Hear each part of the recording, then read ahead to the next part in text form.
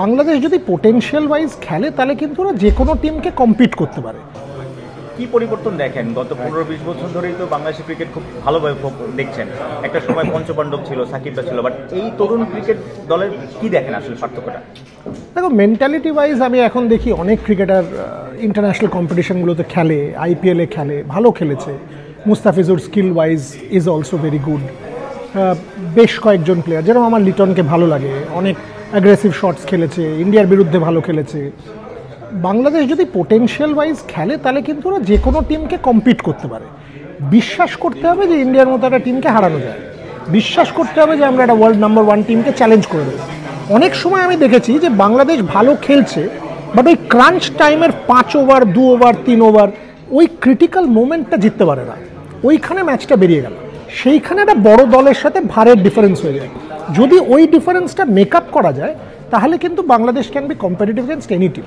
এই পিচে মনে হচ্ছে মুস্তাফিজের কাটা ধরতে পারে নিশ্চয়ই এই পিচে স্লোইশ উইকেট, কাটার ওই ব্যাক অফ দ্য হ্যান্ড থেকে করা ভেরিয়েশন অফ পেস, বাংলাদেশের কাছে ভালো স্পিনার রয়েছে, সব দিক থেকে দেয়ার গুড সাইড। আগের দিন 170 চেস করে দিয়েছে শ্রীলঙ্কার এগেনস্টে, সবাই শ্রীলঙ্কাকে নিয়ে এত কথা বলছিল।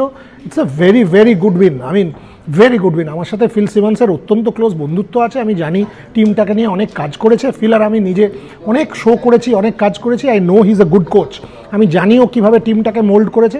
Bangladesh is a good team.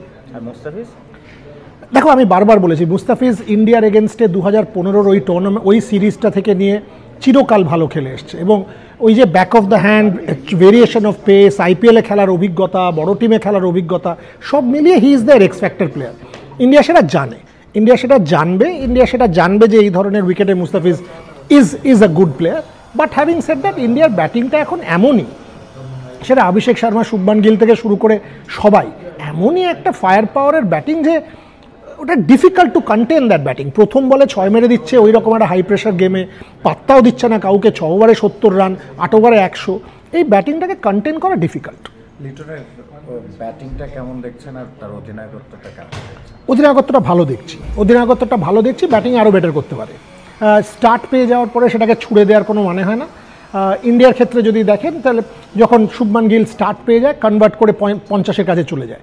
সেইখানে যদি স্টার্ট পেয়ে যায় তাহলে কনভার্ট করতে হবে, যেরকম Abhishek Sharma match winning innings খেলে দিয়ে চলে গেলেন। That's what is important. But অধিনায়কত্বটা ভালো দেখছি, কারণ যেভাবে বোলার রোটেট করেছে, যেভাবে খেলাটা কন্ট্রোল করছে, ব্যাটিং অর্ডার কন্ট্রোল করছে, মেন্টালিটি টিমটা যেখানে দেখছি ভালো দেখছি। So as I said, Bangladesh আগের দিন আমার এক্সপেকটেশনের বিয়ন্ডে ক্রিকেট খেলে শ্রীলঙ্কাকে হারিয়েছে। আমি ভাবিনি যে 170 তারা চেস করে দেবে। তাই India should be very careful কীভাবে তারা বাংলাদেশকে হ্যান্ডেল করে। একবারও আন্ডার এস্টিমেট করা যায় না। Thank you.